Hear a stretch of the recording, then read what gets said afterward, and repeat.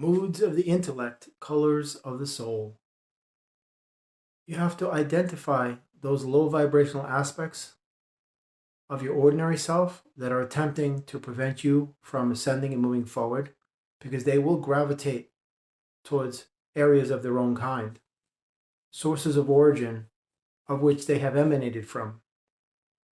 The reason that I've entitled this video Moods of the Intellect is because you have different intellectual values as far as moods are concerned, like seasons. They change, they fluctuate, they vacillate.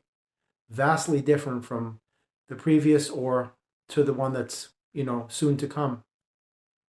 And you have to understand that it's like when you come to this earth, you're new again in a different life. Hopefully you've brought with you the accumulated experience of all of your past lives, but unfortunately I tend to understand that a lot of that gets lost. The soul always has that accumulated resource of the knowledge, the database, but the mind is absolutely oblivious to what's going on. So you have to perceive it as such that the mind is like a child just entering this classroom again, and it has to you know basically just be taught from the first level on up. So you carry certain aspects of you that gravitate towards specific areas of life for a reason, because those aspects that are yearning for change, like in other words, if you've been in a place for so long and you just feel like it's not meant for me anymore, it's because it's not just on a physical level, but on a spiritual level, a vibrationally metaphysical level, and an ethereal level, because you are a cosmic being having a human experience. So therefore the body is just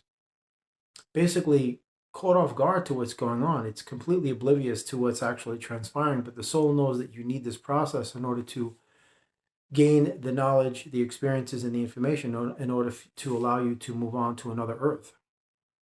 Now, what happens with the mind is brand new to this. So like I've said before, it has specific aspects that it carries that are relevant to the system that is conditioning it. So therefore, it will gravitate to that source of origin, that point of interest that it vibrates with as an equivalent. And in doing so, it's going to want to have to pull you back as you're trying to move forward. And that is where you get that tension from. It isn't a matter of you being more or less powerful than. That tension is that you can transmute those lower vibrational aspects of yourself and allow them to realize that there's something other than what they fail to see and refuse to believe as, prevalent and existent. That's, it's actually there. So the mind will always revert back to its, point of origin, which is the matrix.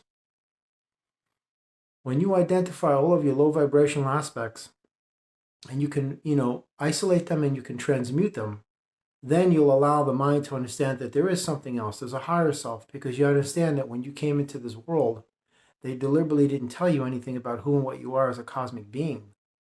For a reason. As I've said before, it's not in their interest to do this. They're not going to fill you in, so to speak, on, hey, guess what? You have ethereal powers and you have cosmic intellect and you have supernatural, esoteric, alchemic abilities. And it doesn't work in their interest, because then what you have on your hands is a society of individuals. And that's a threat to a system of conformity and mass assimilation. Like the saying goes, when everyone is thinking the same, no one is thinking at all. The minds of the few control the minds of the many. And it's that way for a reason, because it works that way for them. It is how they propagate their agendas and they perpetrate their propaganda. And it's how they maintain and control a system of conformity, assimilation, and then, uniformity. That's why everybody thinks the same and looks the same and acts the same and talks the same, and because it's that way by design. So what I have come to understand is that the mind is new to this again and again. Every time you incarnate or reincarnate, the mind is always new. The soul is the one that's accumulating all of this wealth of knowledge from all of the past lives. And it's attempting to pass it on to the mind, but the mind is not connected to the higher self. Thusly, there is no conduit to forge that connection, allowing that information to funnel through into the subconscious portion of the physical mind. So the mind is clueless. So the mind has aspects that it carries that are relevant to the system that is programming it. But as the soul progresses, it wants to move forward with fluidity and ease, and it is actually your mind that's preventing that process from happening in a very expeditious manner. So what you find yourself encountering is resistance, and then you get into depression and sadness and doubt and uncertainty and fear and all of the things that are associated with the physical system, because the soul knows not these things, because the soul comes from just pure love and unconditional forgiveness. Metaphysical, because these things serve only as a hindrance to anything that attaches itself and connects itself as a vibrational equivalent. So when you journey through life, you carry these aspects that resonate with specific elements and areas of life that will offer you a higher vibrational experience for your expansion. And what I come to understand is that the mind is so conditioned that it will outwardly refuse to allow this to happen, because it's not just a brainwashed drone, but it is almost like a sentinel or a centurion, like a soldier, an unconscious soldier in their army of darkness. And it will literally do everything it can to prevent you from moving forward, even if that means saturating the collective element that comprises your human experience with low vibrational density that will cause you to be depressed, suicidal, homicidal, everything. And the farther away you start pushing away from the matrix, and you start pulling yourself back towards the higher self, that mind will fight for its own survival. Because let us not forget, the mind is controlled by the ego. The ego is the nucleus, which is the basic metaphysical implant in the brain that allows the darkness of a metaphysical nature to funnel through into your reality. And it is the mind that is inhibited with belief systems that unfortunately allow you to experience your reality. And this is the reason why people, when they perceive this reality, they're deceived into believing that it actually is reality, because it is your pre-programming and your preconditioning, your pre-developmental conditioning when you were a child, when your mind was absolutely like a lump, like a flaccid lump of clay, that they got to it at that early stage of development for a reason, because they know full well that once they get to you at that early stage of development, everything that they implant, that they write on the pages of your mind, and they mold your mind into what a form they wanted to assume, that is what you will carry for the remainder of your natural life, because your childhood is the foundation upon which the remainder of your days on earth are built upon. So those things tend to become indelible. So that's what the mind is always reverting to, for the reasons why it does not want to venture outside the third dimensional barrier, which is the matrix. But your soul is yearning for more. So what I find is that you have to allow the mind to understand that there's something else. Don't fight it or try to conquer it. Like I said, it's not a matter of who wins, who loses. It's a matter of who actually compromises and says, listen, I realize that I am a part of the darkness, so says the soul to the mind, but we cannot put all of our energies there, because then we will find ourselves experiencing the same vibrational reality that we have done so many times in the past, and it's just a bunch of inconsequential, meaningless, quantitative experiences with no qualitative value. And the mind is like, I hear what you're saying, but I don't care, because that's what I like, that's what I want, and that's what I desire, and that's where I'm going. Because the mind is a child. No matter how you want to cut it or slice it, but the mind is capable of many things that far exceed your mortal comprehension. I mean, this is absolutely true, but it's just that you have to get the mind to that level where you can actually approach it on an adult level, a mature level, instead of adult to child, which is very, very difficult. It's almost like a grown-up trying to explain how to fix a transmission on a car to a 1-year-old. It's a very complex process that it's going to be lost on an individual that just wants to, stick their hand in their mouth and suck on a bottle and just play with little shiny objects. It's very hard. It's very disconcerting. That's why I don't particularly care to be around people who are of a low vibrational value. It's always turned me off. Every time I find myself in the company of these individuals, I'm always either very quiet, isolated, I just leave. I'm very outgoing, very extroverted. I'm not a low key guy. But whenever I find myself in the company of these people, I just shut off like a television because I just can't take being in their presence because it's nauseating. It's absolutely sickening to be around people that you have to explain the rudimentary elements of things, and they can't, seem to want to grasp the concept that there's something other than this. Not that I'm trying to force anything on them, but it's almost as if they're deliberately ignorant, and they want to be that way. Not realizing that they have the capacity to learn and grow and expand. It's just that they're very content with being, average, and that's it. They don't care. They don't want to hear anything about it, and they're very confrontational when you attempt to say anything to them to the contrary. So yeah, I just had to understand in myself that I had to develop a level of tolerance just to be around, you know, people who are not intellectually savvy.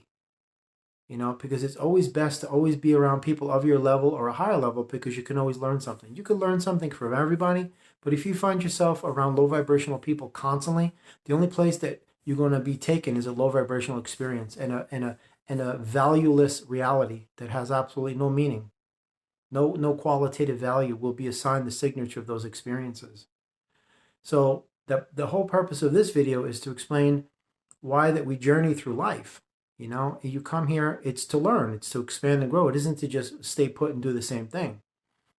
Granted, you're not here to become a doctor or a lawyer. I've said it before in previous videos that you're not here to exist in a goal-based achievement mentality, trying to make something of yourself in their system. Because after all, this whole place is a holographic illusion. And how could you have accomplishments and achievements that's something that's illusionary? It's impossible. Just like you refer to your imagination as imaginary, you're doing it a great disservice by doing that, because that is the engine of creation. That is the life force essence of your soul. That's the reality of your eternal journey. That's the home of your heart. Call it heaven, whatever you want, but it's not imaginary. It's always the reverse in this earth. But when you realize, when you're a soul and you realize that you have such a complex system of, how do I put it, energy resources, but they're actually simple. It's what I refer to as simplistic complexity. They're complex in the sense that the mind cannot understand it, but they're simplistic in the sense that they're divine in nature. You have all of this infinite resource of energy available to you that you can manifest anything you want. And the mind knows not these things. So the whole object of the lesson and the journey is to actually bring the mind along and say, hey, guess what? I can show you something like a magic trick if you're interested in it. And the mind's like, oh, okay, I'll give it a shot. And then once that showing occurs, I think that's when the mind begins to realize, hey, there's really something else. And for me, that was like, I think I was in my 30s or something when I was given a book. There's a spiritual solution to every problem, and also I was given another book, The Alchemist, and that really just like that was the time in my life when the mind was like, whoa, wow, that caught me off guard. I don't even know what to make of that. And it took me a long time to process the words in these books because I was like, I've never heard these things before, even especially put in that context. I was very perplexed. It was very bemusing, to say the least, when I heard the words, you are not the body. That took me a long time to understand that. I couldn't comprehend it because the mind was a child. It was conditioned by a system that wants you to be a conformist, and to fit in like everybody else, to be like everybody else, and to try to be liked by everybody else. So it was in that moment my mind began to grow up.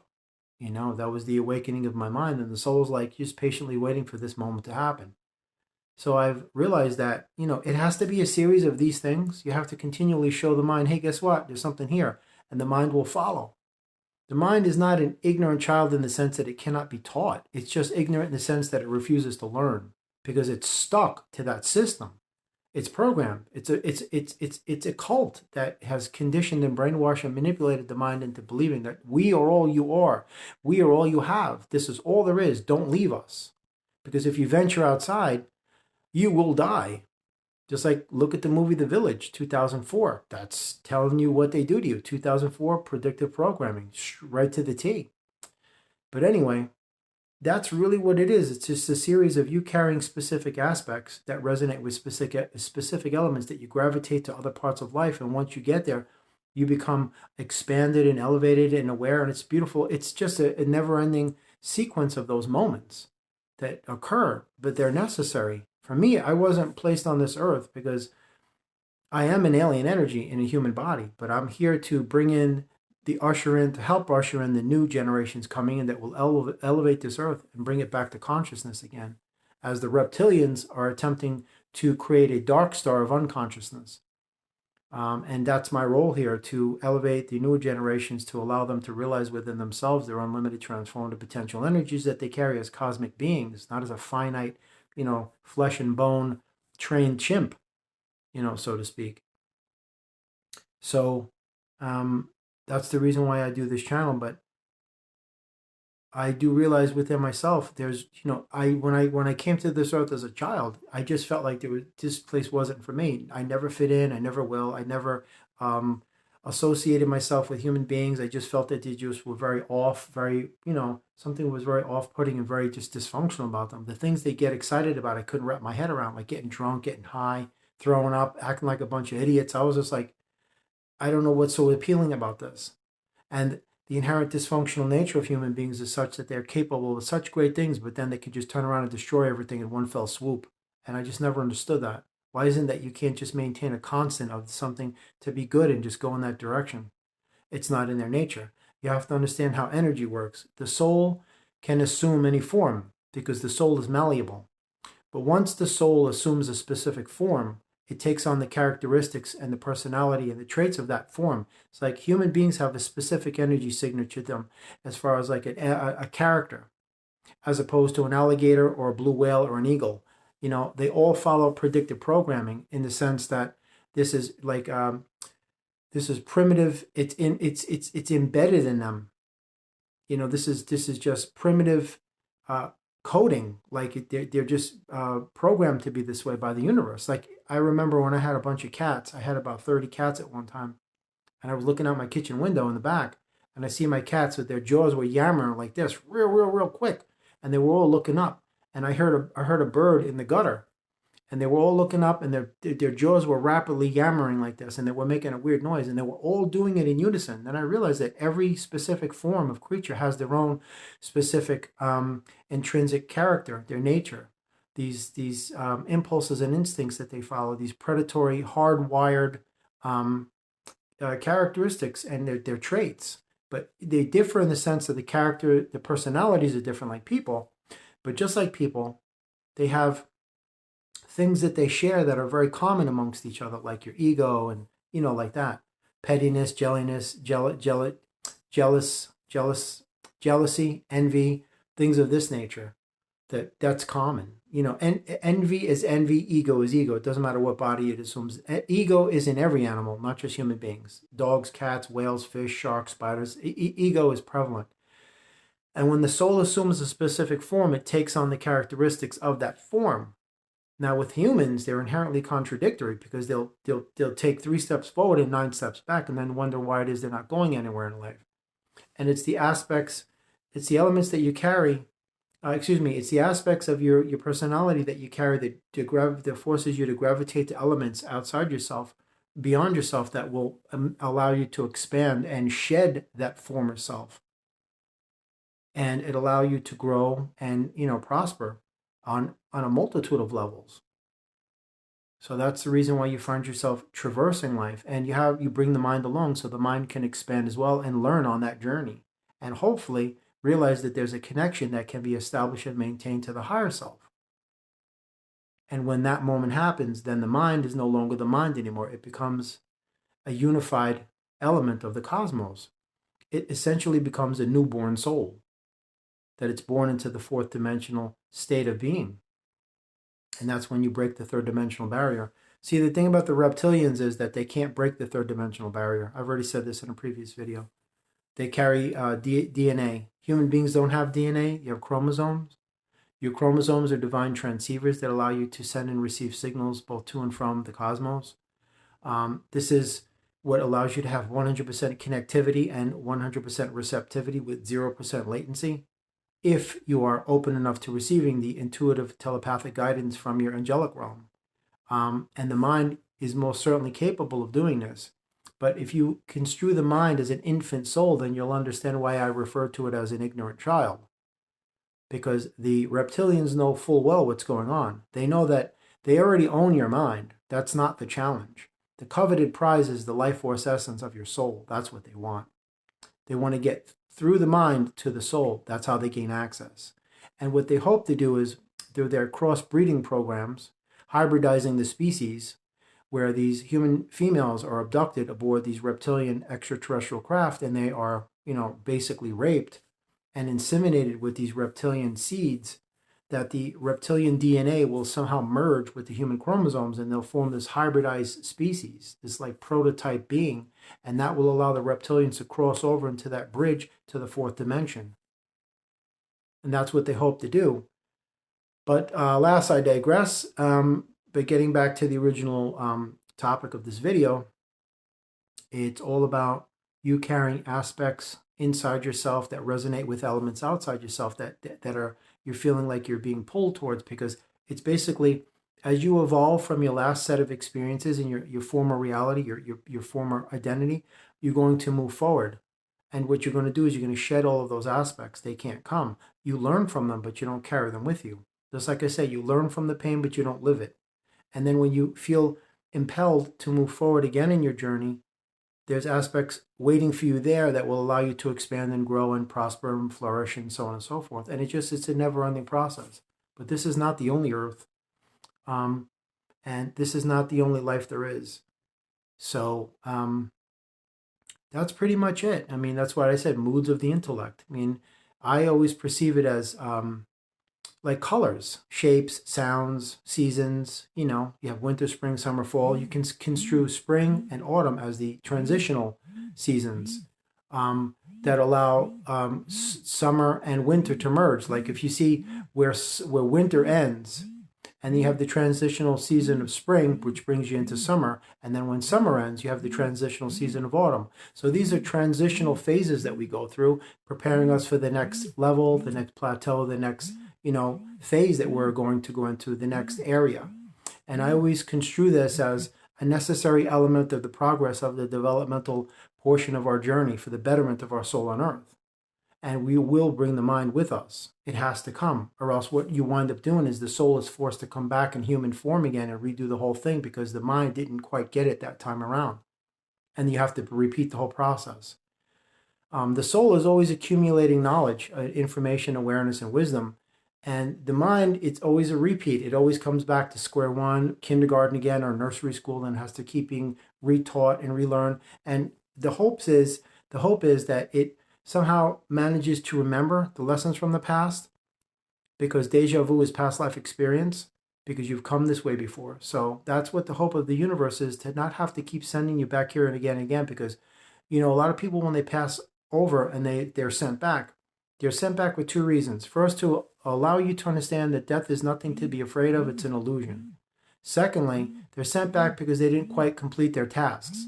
So therefore, they have to be sent back. And they have to do the whole thing over again. And that, unfortunately, it takes a lot of wear and tear on the soul, because I've always said that the soul is tasked with quieting the screams of the mind in order to allow the soul to listen for the whispers from heaven. And that, of course, is divine transmissions. And those divine transmissions are a series of guidance and support and directions and instructions that are intuitive. And this is the reason why it's very important to leave your heart open, because all divine transmissions pass through the heart to the soul. And the mind can become enlightened by this if it's connected in that series of energy reservoirs. But a lot of times it remains isolated because it's a component of the matrix. That's why you always want to go back to your addictions and your obsessions. You have this incessant desire, these inner urges, these primal desires that have to be satiated. The encumbrances of the appetites of the physical, that they'll wind up crippling your whole journey if you allow that to get out of hand.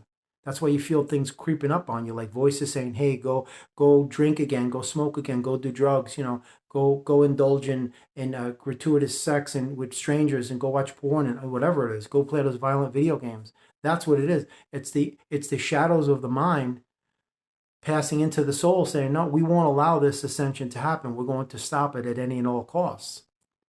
But along the way, you are actually progressing the mind into different areas of life, because what's happening is the mind is learning as it's going, because it won't forget these lessons. And it's very important for you to keep going, even though you might want to give up as a soul. But remember, this is not your home. You're not the body. This life is an illusion. And the mind will come to understand that at a given point, when it realizes that it's faced with an inevitable reality, that exactly what you're saying is the truth, and it cannot deny it any longer, because now you've exposed the illusion of the matrix for what it is. And the mind, it just cannot refute this any longer. That's when the mind begins to grow up. And that's when things become very interesting, because it's very conducive to the soul now having a partner, which is a beautiful thing. Absolutely, it's a beautiful aspect. But anyway, I'm just trying to say that we carry aspects of us for a reason, because when we are in our infancy, those aspects are very juvenile. But then as we grow up, they grow up, and then you want different things, and you have to go to those different things to make you, more evolved. So when you find yourself going to these places with these people, with these situations and circumstances, you have to understand that it's there for a reason. You can't deny it. So if the universe is impelling you to get up and move, physically move, you have to go. You have to go. You definitely have to go. It's time to move. So when you find yourself in that situation, that means wherever you're being impelled to go, that area where you want to go geographically is not only in alignment with the frequency of your soul, but also everywhere in that area, you're going to find elements of people and experiences and places and situations or circumstances that are going to broaden your horizons and make you just an incredible human being. And the mind is going to come along on the journey, and it's just going to be an incredible experience. So you cannot deny what is going on, in that sense that it's an inevitable reality that's eventually it eventually has to be faced by the mind, because your fear comes from the mind. All of your fear, your trepidation, uncertainty, doubt, panic, anxiety, nervousness, tension, that's all the mind staying connected to that matrix. And what's happening is the mind is like panicking, because that's the comfort zone of the mind, and it's just saying, no, I don't want to go. I'm kind of afraid. I'm kind of excited in the same sense, but I'm a little afraid. So the soul has to coax the mind and say, listen, you have to go, because you can't stay back there, or else you're going to find yourself rotting to death. But anyway, that's just my take on why we have specific aspects of us, like multifaceted surfaces, and they gravitate towards other things. Once we finish that evolutionary developmental stage of that plateau, that area in life, then we move to something else, and we grow and expand, and it's just amazing. It really is. It absolutely is amazing. And it's an experience that I'm still learning, and you're not going to ever stop learning it.